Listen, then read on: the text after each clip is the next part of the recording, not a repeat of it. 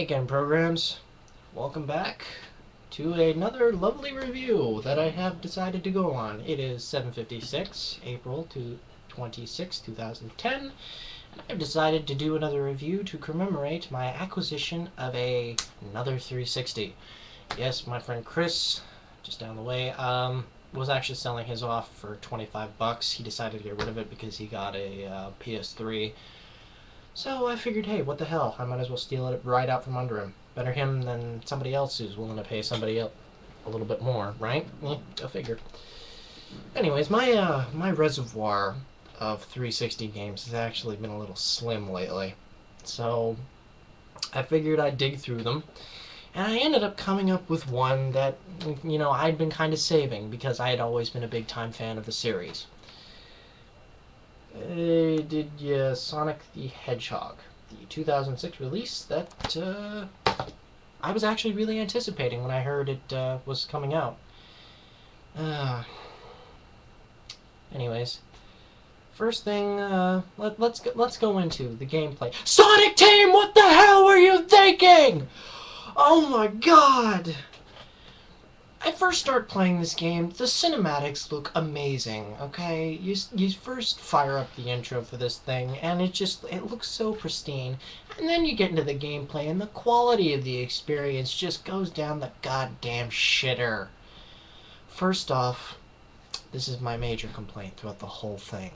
The loading screens, okay? I'm just gonna go right into this and basically bring out the fact that the loading screens basically killed the entire experience for me. Give you an example. The first side quest that Sonic has to go through is to acquire his first ability to do a light dash, okay?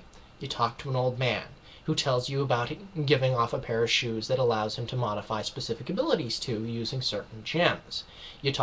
The side quest starts. You load, and you load, and you load, and you load, and you load, and you load, and you load. Finally, it comes to him saying that it's time to test out the shoes on a specific course that you have through town. One line of dialogue! And you load, and you load, and you load, and you load. You sit there for 4 minutes, and you just watch this thing go back and forth and back and... Oh! My second issue about gameplay is the twitchiness about it. Now, I've played a lot of 3D Sonics, but this is the most twitchiest control set I have ever seen in my entire life. I mean, it's bad for all of them. You got Sonic, who's going 20 million miles an hour, and in order to really play him effectively, you have to have the reflexes of a Korean kid on steroids. Shadow basically consists of vehicle elements whose all basically drive like tanks. You got a motorcycle with machine guns, drives like a tank. You have a Jeep with rocket launchers, drives like a tank. You might as well have just put the damn guy in tanks. You have Silver, who deals with his psychokinetic abilities. It's telekinetic, not psychokinetic. Get your goddamn metaphysics right. Anyways, all of the gameplay elements are twitchy as hell. Even some of the side characters you play, like, I actually had more fun playing as the side characters who had nothing to pertain with the actual storyline. Blaze, Amy Rose, Tails for a few moments in time. It's not fun. Storyline basically consists of Sonic and his usual adventures to stop Eggman, who has decided to kidnap a lovely princess named Elise, who seems to have control over a specific power called the Flames of Disaster. Alright, that seems generally very stereotypical. And it seems like, according to the cinematics and the in-game graphics, the Eggman, the good old doctor, has been bulking up on his energy drinks and protein shakes because he's looking a lot smaller than what he used to be.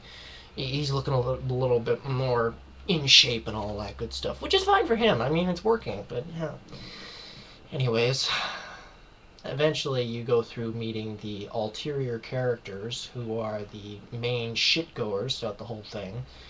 The all-destructive Iblis, who is a fiery monster who has ended up plaguing Silver's futuristic homeland, and Mephiles, who ends up pissing Shadow off to no degree. There's actually one point I would like to mention, is that with the introduction of Silver, the lines between Sonic and Dragon Ball Z are incredibly starting to blend here, I've noticed. Because you got Sonic, who is like Goku, a free-spirited individual who has a grand sense of justice. You have Tails, a completely useless sidekick who ends up getting his ass handed to him more than half the time. Knuckles, who represents Krillin. Knuckles, who represents Piccolo. Tails, who represents Krillin. Shadow, who represents Vegeta. And the introduction of Silver brings into play Future Trunks. Anyways, it's a horrible game. Don't play it. Now that I've got that off my chest, I would like to bring to you a couple of updates to my fellow fans. That I will be moving out of here in a couple of weeks, actually. I'm really psyched about that because I'm going to be moving down to the States. I'm going to be out of Canada, finally. And eventually I might be coming back. I don't know. But when I'm down there, I might actually have a partner in crime. Yes, we might actually see some dual shows going on here. You might know her. You might. I'm just saying. She's been mentioned a good couple of times. She's tried to make herself noticeable a good couple of times, which is always good. I mean, you got to make your mark somehow in this place. Because that's what we do. That's what we're here for. Anyways, Sonic the Hedgehog, don't play it. This game, this 360 is apparently capable of playing burnt games. I gotta learn the process, but beyond that, I'll be capable of playing burnt games. I'll never have to spend another cent supporting Microsoft ever again, which makes me very happy. But, yeah, thus brings to light the cause for suggestions, because I'll be able to play 360 games on a much more regular basis now. Anyways, that should sum it up for now. 7 minutes looks like a good time, so long live the system. Sonic the Hedgehog, don't play it. Peace out, programs.